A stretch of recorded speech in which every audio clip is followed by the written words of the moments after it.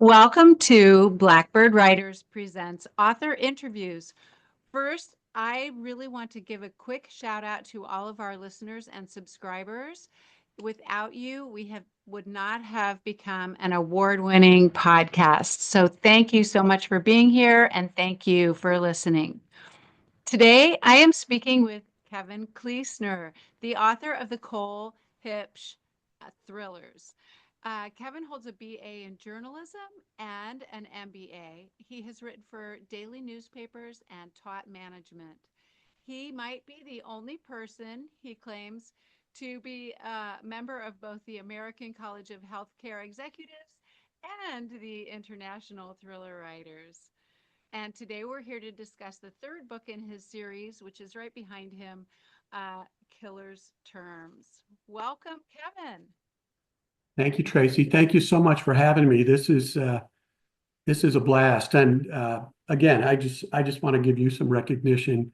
When I was looking to build more of an author kind of network, I reached out to you. You didn't know me at all. You didn't know anything about me, and you steered me toward the sisters. And it's been a great few months getting to know other authors and taking advantage of some of the things that the sisters in crime offer. So thanks again.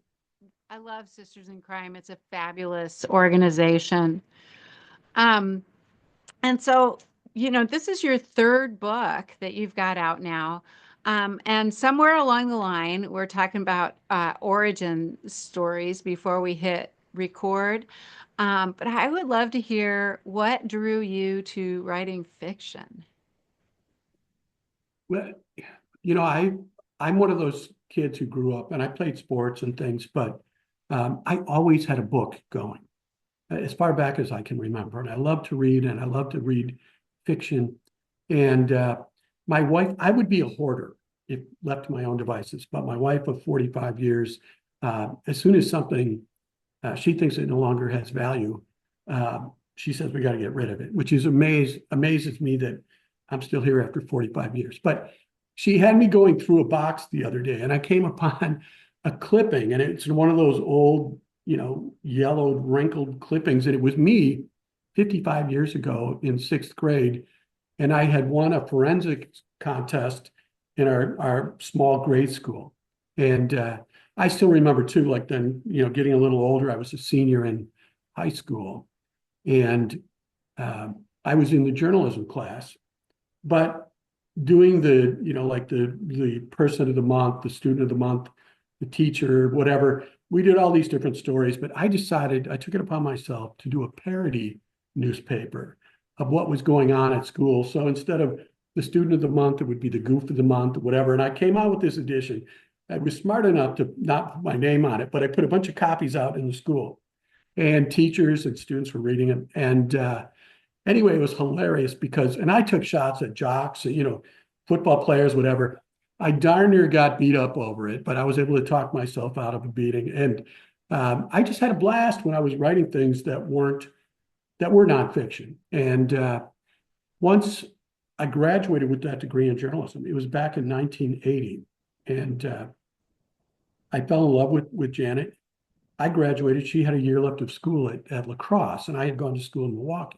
So I went there, but this is at a time when mortgage rates were heading up toward 20%. And there's only one daily newspaper there. It's the La Crosse Tribune. And here I thought I was going to be like the next Woodward or Bernstein. And I sat down. I was lucky enough to get an interview with the La Crosse Tribune. And they said, we love your clippings, but we're not going to have anything until August. So hang on. And well, I'm sorry. I have to provide for myself and my wife. And this is the days when you didn't go to your parents for money. And so I was lucky enough to talk my way into a job at Viterbo College in public relations. I was there for 14 months and walked across the street and ended up in public relations, public affairs for the hospital there, the one that's part of Mayo System now. And I say this because I always thought of myself as a writer, and I wanted to write novels. And in the first 5 years after college, I did write a novel, young adult fiction, sports novel, which is what I read when I was younger. And I sent it off to like 4 publishers. I didn't know what I was doing other than writing the story. And one of them was Bantam, which was the big one back then. And I think it's still pretty big. And they sent me a handwritten note, which I still have in, one of these boxes somewhere. And they said, we love the story. We're kind of busy. Our schedule is busy right now. Can we hold on to it? And I said, sure, this is great. And then life kind of went on, and we had 3 kids. And, I mentioned I go back to that for that MBA. I actually also wrote for the Lacrosse Tribune on a part-time basis. So I was working full-time in public affairs in lacrosse, but I was the outdoor writer. So every week I had to do the article and a column, and I also had to do the photos. And what was interesting about that is if you're an outdoor writer, you have to be very good at description, Oh, because I had to talk about, okay, was it cold? Was it windy? Was there precipitation? I had to do that because hunters cared about that stuff. If you were getting good luck, maybe it had to do with the elements, whatever. Uh, but I also had to do it because on the rare occasions I came back skunked without anything, I still had to spin a good yarn. So I think that did help me, set the stage for later when I wanted to write fiction. And then the last thing I'll say about this, and I know it's a long-winded answer, but uh, my first novel took me over 30 years because I would pull it out, I would write a little bit, and it was gnawing at me to be written, yeah. and I just couldn't get to it. And when I did, I didn't know what I was doing. Yeah. That's actually, I hear that a lot from authors that the first book takes the longest. It certainly did for me. Yeah. So your FBI agent, Cole Hipsch, is a super thoughtful, caring, kick-ass, no nonsense kind of a guy with a heart of gold. I loved him. How did you come up with his name? Well, I came up with this name. Cole happens to be my middle child's first name. Uh-huh. And Huebsch, which is hard for a lot of people to pronounce, and it means pretty in German, by the way. Um, We should at least mention because I could not figure out how to pronounce it because it's an unusual spelling. It's not a phonetic spelling. oh no. Well, and it's funny because in my first book, I actually uh, Cole is explaining to somebody. He meets a police lieutenant, and they become good friends. But in the beginning, they're kind of like fighting over turf a little bit.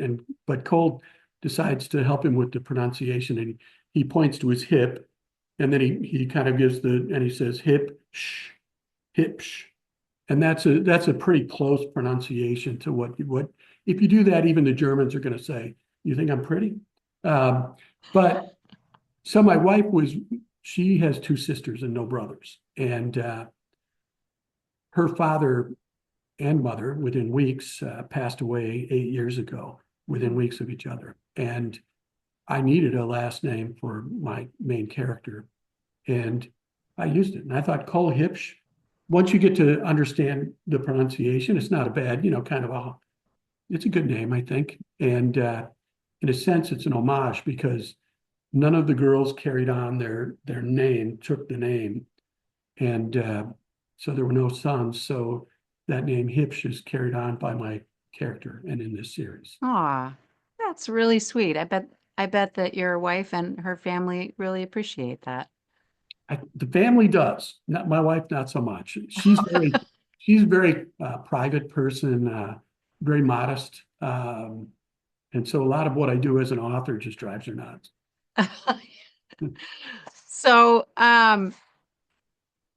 Cole has no tolerance for sex crimes, and he seems to have an agenda to obliterate all the sex traffickers in the state. And that's, I think sort of the bones of his journey, maybe.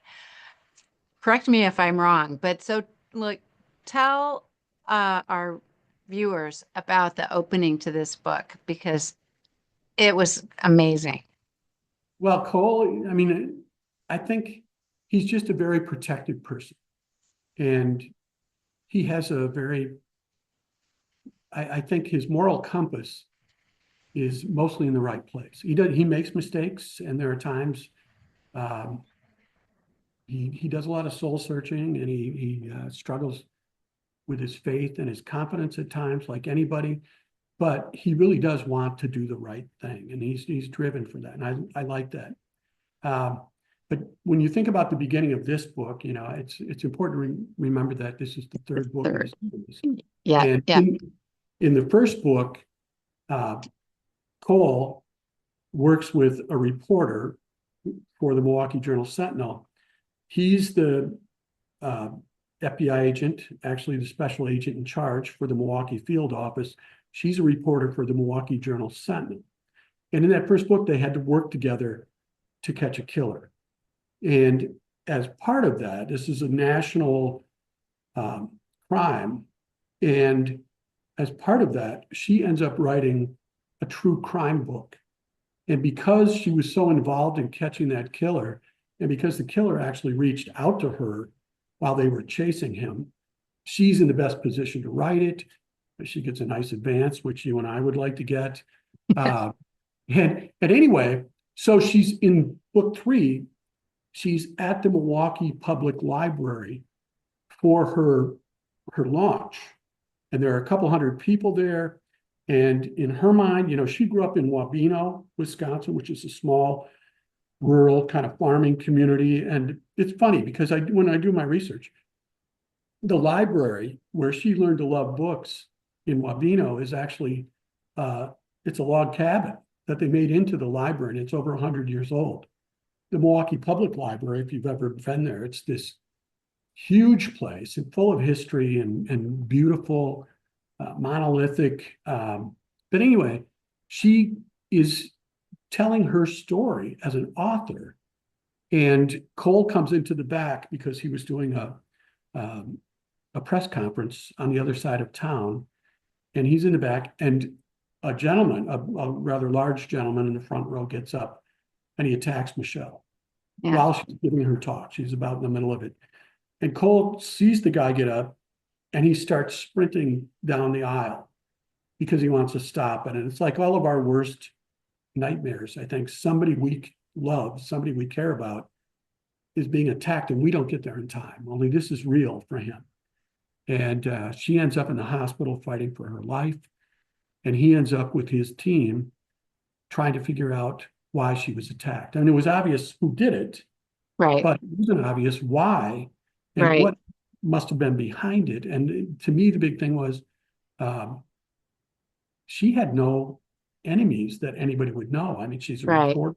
He had lots of enemies because he had Right. put a lot of very bad people either behind bars or in the ground. Yeah. And And that attacker had no clear motive. right. And Yeah. the other thing about this is a lot of times my books, there are scenes and sometimes stories that are driven by something that I see or I experience or I read about, and it can be national, international, that just sticks with me and I can't get rid of it. And the best-selling author, Salman Rushdie, was attacked while he was giving an author talk in the state of New York. And he survived it, but had some horrific wounds. He lost an eye, I believe. But that stuck with me. And, again, I've given a number of author talks now, the biggest in front of maybe 60 people. And I never worry that somebody's going to come out of the crowd and attack me. Now do you? Well, I do know I'm not just going to stand there. Let's put it that way. We'll see what I can do. But anyway, so that was the opening, and that was kind of the genesis of it. And my stories build on each other, but I think you can read any of them as a standalone, and you're going to enjoy it. But Yeah. Anyway, Yeah. Did you have an inspiration for Cole? well, it's funny. Do I have an inspiration? It's probably the opposite of an inspiration. Cole grew up in Prairie du Chien. I grew up in Prairie du Chien. Oh, He wrestled in high school. He was very prolific. He wrestled in college. I wrestled in high school. He has 2 degrees from Marquette. I have 2 degrees from Marquette. He lives in the Milwaukee area. I do.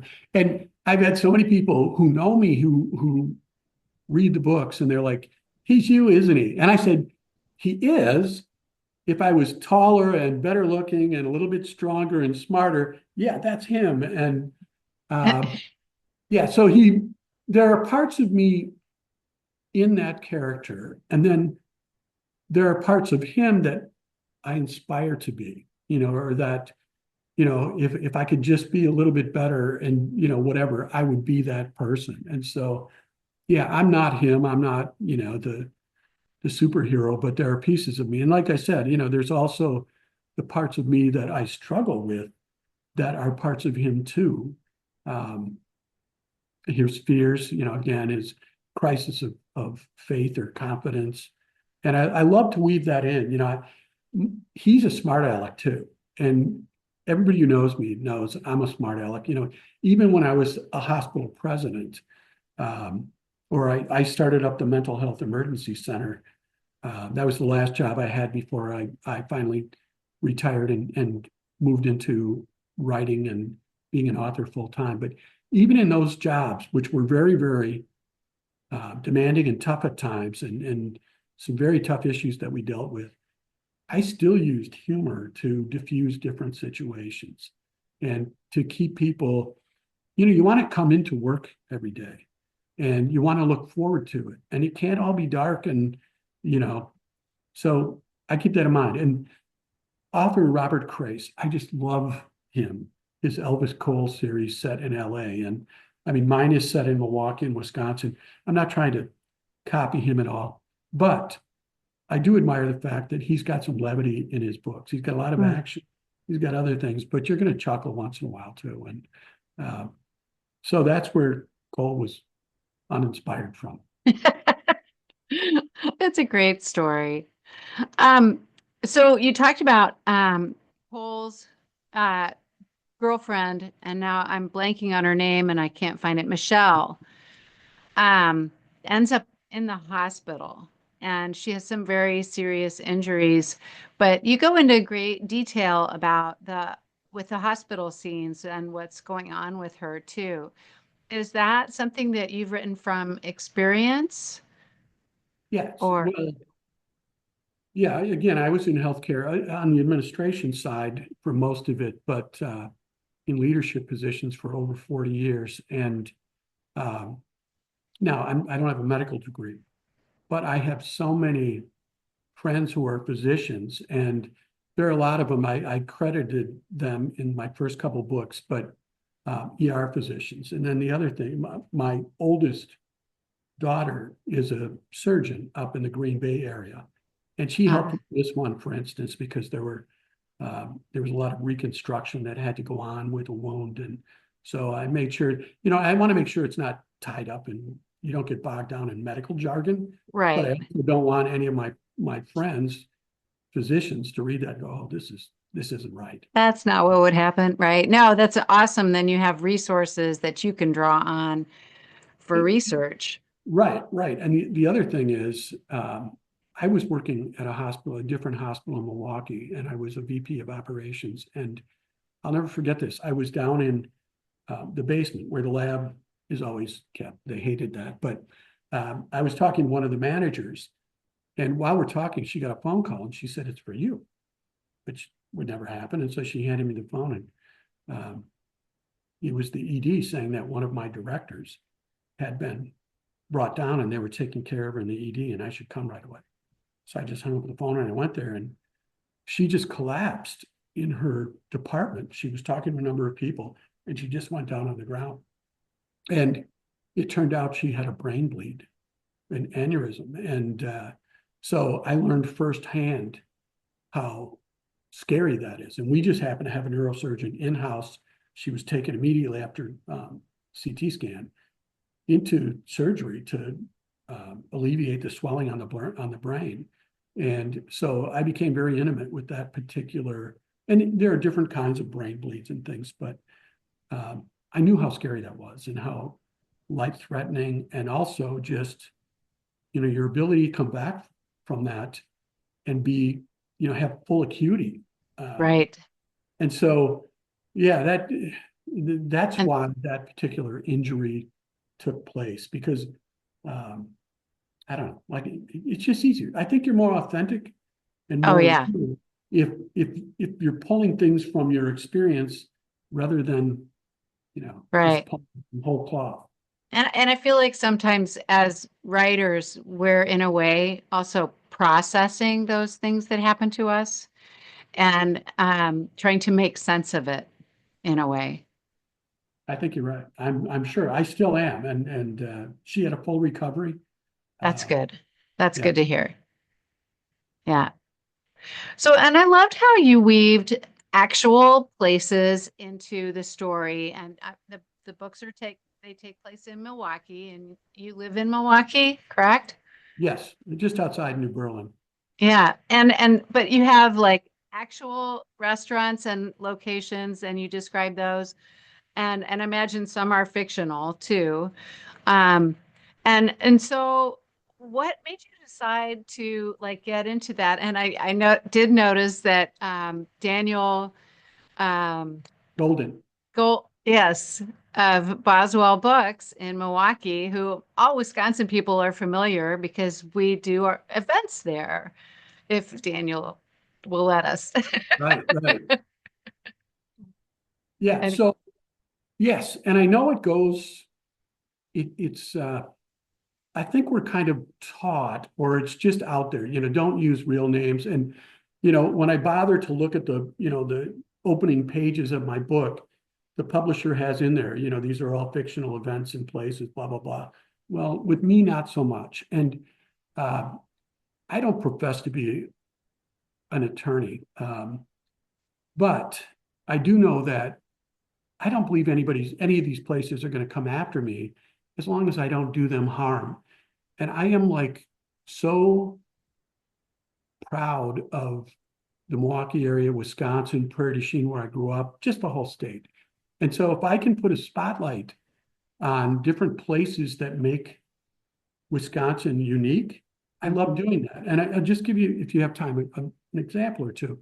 Um, so the Milwaukee field office for the FBI is actually in St. Francis. Most people don't know it, but it's in a suburb of Milwaukee called St. Francis, and it's right on Lake Michigan. And it's just this beautiful place that used to be like for an investment firm or whatever, and they took it over. Um, but it's within walking distance of a little coffee shop called La Finca. And La Finca is owned by two sisters, and they have a grandfather who has a coffee estate in Mexico. And they get their coffee beans from him and they roast them and they serve them in their coffee shop.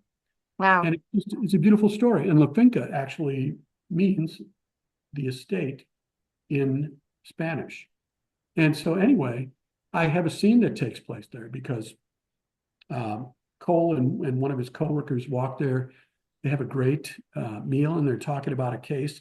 And then they leave and they're attacked on their way back to the FBI offices. I think that's book two. Uh, but anyway, I just love that. And then, I reach out to them. This is all part of kind of completing the circle. And I say, hey, I included you in my book. Would you read it? And if you are okay with it, I'd like to do a book signing there. And so they did, and they liked it. And so I did a book signing, and they put it on their Facebook page, which has several thousand followers. And that day, I signed books, and one of the people that I signed for is part of a book club right in St. Francis, and they've got like 20 um, different people that are part of that. And so I agreed to do a book, um, an author talk for them as part of their book club. And unfortunately, it turned out to be when it was a blizzard, but through hail and sleet and snow. But anyway, I just love it. And there's a scene in my first book where um, this elderly gentleman is doing a hunger strike, and his wife supports it, but she is trying to talk. Hey, you can quit any time, and if you want, I can go get you a butter burger from Culver's if you want. And he says, of all my weaknesses, but he doesn't give up. But I did something with, are you familiar with George Webb restaurants? I So no. that's a staple in the Milwaukee area. And I think they have like 19 of them, and they're diners. They've been here forever. When the Milwaukee Brewers, I think if they get 13 wins in a row, they give out free burgers to anybody. And so then they give out like a couple 100,000 at a time. But it's a place that if you live in the Milwaukee area, you will have gone to either after church or after bar time, sometime or another.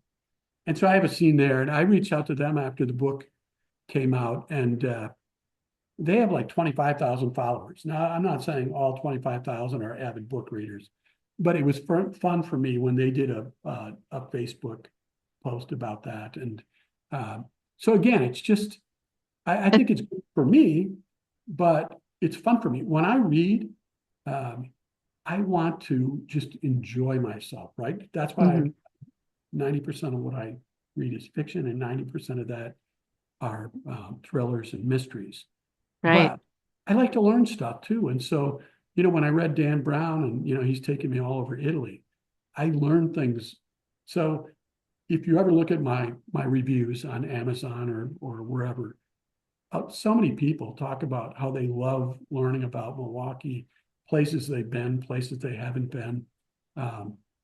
So that's what that's about. Even though I know someday somebody could come after me. I'll tell you though, like you said, it's not all of them. Most of the places and the products that I might include, because my protagonist loves craft beer, and he's especially particular to IPAs. And so you're going to read about some Wisconsin and nearby beers in these two. But if I have something that I think is, I'm not quite sure. This is a tough scene. So there's one scene where it takes place in a bar, and it's fictional. I just made up Jim's Bar because there are 1,000 Jim's bars probably just in Wisconsin. And there's a fight that breaks out in there, and that's completely fictitious, but I could see it happening. And I've been in enough dive bars where I was able to explain it well enough, even though it wasn't real. Right. Yeah. And I've heard authors say something like, if you're going to use a real location, um, you know, give it some love. Right. And if you're having some negative scene there, or somebody gets killed there or something, then you're making up that place. Because That's exactly, yeah. And you mentioned Daniel Golden. He's got the biggest independent bookstore, at least in the Milwaukee area. And he wouldn't give me, hopefully, Daniel, if you see this, I'm going to end with love, but he wouldn't give me the time of the day with my first book, and I was in, Milwaukee Magazine. They gave me a great review. And I was like, I know I have some friends I can bring, whatever, but it just was hard. And I think a lot of times if you're not with one of the big five publishers, they think you're self-published, and that creates a whole nother set of issues for them. But I wasn't. And so with the second one, he had me in, and he had me back this time for the third. And he was great. But I made sure when I had him, because he does events, not just at the bookstore, but he does them at the library. He does them at different venues around the community. And so I reached out to him and I said, Daniel, you're in this book. And I copied and pasted it for him. I said, if you want me to take it out, I'll take it out. But it's meant to be an homage. So he said, you know what, I'm fine with it. Thanks. And that was it. But yeah, I mean, there's certain things I'm going to ask. But yeah, other than that, it's more ask forgiveness than permission. so, so that's very interesting. It almost sounds like you have like some marketing thing going on with your books by adding the names of places and then reaching out to those places to help you promote your books. Absolutely. Yeah. Yeah. And, it's funny because, again, I worked in advertising, public relations, marketing in the first part of my career. And, you hear about things like reach and frequency, and also segmenting, finding niche markets and trying to exploit those. Because, I mean, we would all love to have Oprah discover us or Jenna Bush or Reese. I don't think I'm likely to have that happen. So I need to find all these other different places. And there was one brewery that did something with me. It's called Toppling Goliath out of Decorah, Iowa. And they make amazing beer, but especially I love the IPAs. And they have like 80,000 followers just on Facebook and more on Instagram, whatever. And so when they did a sweepstakes, giving away 3 of my books, it was a lot of exposure for me. And I really appreciate that, you know. I'm trying to put a positive light on them. If I don't like a product, it's not going to be in the book. And Well, right. nobody's ever, it's not product placement. Nobody's ever paid me to have their product in my books. And I wouldn't do that. Yeah. But they also never gave me any free beer, but I would accept that. Let me just make that clear. So I wanted to ask quickly about the Kurt Cobain painting behind you. Is there a story behind that? There is a story. So my middle child, Cole, is an artist, a fine artist. He has his degree in fine arts from University of Iowa. And this is one of the paintings he did. And if I stood up, you'd see that it's basically as big as me. It's a big piece. And then on this side, it's this is the Killer Terms, and it might be inverted. I don't know how that. No, I can read it. Oh, perfect. Okay. Because for me, I'm seeing it, it doesn't look good. But when I signed a 3-book deal with my publisher, I had 0 leverage, right? And they have final say over every word, over every image in the book.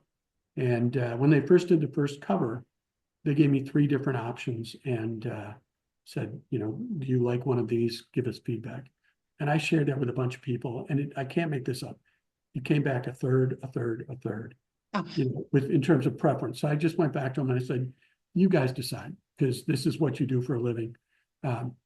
When the second book came out, I had this idea for a cover that was based on a setting that took place, and it's in Milwaukee. Let me see. I think somewhere here I might have that. But if you see this is an actual piece of sculpture that's on Lake Michigan in Shorewood, Wisconsin. It's called the Spillover 2. And it's made up of letters that are metal welded together, larger than life. And so I asked my son if he could do that. Could you make a cover? So he did a painting, and then he did the cover from that. And I sent it to my publisher, and I said, you know, I know you've got final say and everything, but would you consider this? And I think my publisher does great covers. There's somebody there, Sean, who's just amazing. But she said, I love it as is. And so we went with that. And then we did the same thing with this book, same type of thing. There's a scene that takes place in this chapel at Marquette, which is on the cover of the Killer's Terms. And that is, it's from the 1400s is when that was built over in France. And then it was moved here at one time in the 1960s, stone by stone, and rebuilt. And it's got a lot of meaning for me. I mean, a lot of us at Marquette, that's kind of the building on campus that you gravitate toward. And I would go there, you know, when I was a student, midnight mass on a Saturday. And then afterwards, and this is real midnight mass, the bar stayed open till 3, and we would go out from there. And but anyway, you know, my son Cole, it's not like, you know, it was amateur hour, like I said. I mean, he had his degree in fine arts. He's sold works to the comedian Dave Chappelle, to the Milwaukee Bucks. He's doing a big piece for the Milwaukee Brewers right now. Wow. So more to come. But for me to collaborate with him on these covers has been one of the real joys of this author journey. Oh, that's really wonderful. Wonderful. So, what are you working on now? Is there a next Cole Huebsch book? Well, there will be. So I fulfilled my contract, my 3-book deal, but my publisher, Level Best Books of Maryland, has agreed they want to continue the series. But I did send them a note the other day. I do want to take a pause because I have another book that's absolutely, gnawing at me to be written. And it's actually an historical thriller set in the 1830s in Prairie du Chien. And I have the title, it's called The Confluence, because there are all these different characters that were in Prairie du Chien in the early 1830s. Zachary Taylor, who ends up being the 12th president of the United States. Jefferson Davis, who ends up heading the Confederacy as the president of the Confederacy. And Davis is fresh out of, he's a lieutenant right out of West Point. And West Point was new at the time, but he ends up working for Taylor, and he falls in love with his youngest daughter, wants to marry her. And Taylor says, no way, I don't want my daughter growing up on the frontier like my kids did and like my wife. He doesn't want her living there. So Davis ends up resigning his commission, and he runs off with her and marries her. And but there are all these, there's the Dr. William Beaumont is a physician. He ends up being the father of gastroenterology. He's there about that time. Chief Blackhawk. There are 5 Black women who are there. And there's a book called Indentured Slave Free. I think that's it, by Mary Antoine. And it details these 5 African-American women there. And one of them petitions for her freedom while she's in Prairie du Chien, and she wins it. And that ends up being kind of a precedent-setting case in some other trials. So the confluence means kind of the coming together of different things in one point in time. In Prairie du Chien is also where the Wisconsin and the Mississippi rivers come together. That's the confluence. And so I love the title, and I am a pantser now. It took me 30 years to write that first book because I was a plotter, and you could spell that with 2 D's or 2 T's, it doesn't matter. I had every chapter, I knew it was going to happen. And then I was handcuffed by that. And I read Stephen King's memoir on writing. Yeah. And he said a couple of things. One is he described a pantser and a plotter. And I realized I'm a pantser. I need to start with the beginning of the story and kind of know how it ends. And then I need to discover it along with kind of how the reader would. And that's worked really well, these 3 books. But he also said, amateurs wait to be inspired, which is what I used to do. And he said, professional authors sit down and write, and you basically have to be disciplined. And so that's been great. Yeah. Oh, wonderful. Well, it has been so good talking with you today, Kevin. Where can our viewers find you or your books? Online, they can find both the Kindle and print books on Amazon, Barnes and Noble, or believe it or not, on even places like Walmart. I'm surprised when I see that, but all the books are available. Some independent bookstores have them, and Barnes and Noble has some of my books. I've done works there. But before I go to any bookstore, I would call first. But I always like to give a plug to the independent bookstores. Yeah. So I know they'll order it if they don't have it. And my publisher uses the right distributors so they could get the discounts they want. They can send them back unsold books. It works out for them.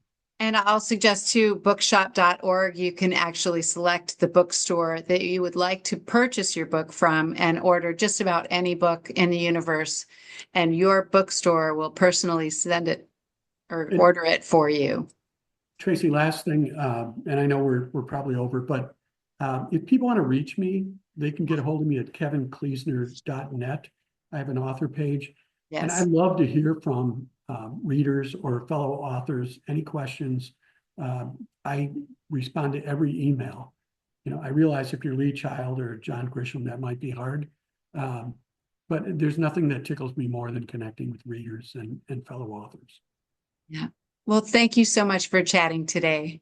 Thanks for all the time, Tracy. I appreciate it. Yeah. Bye-bye.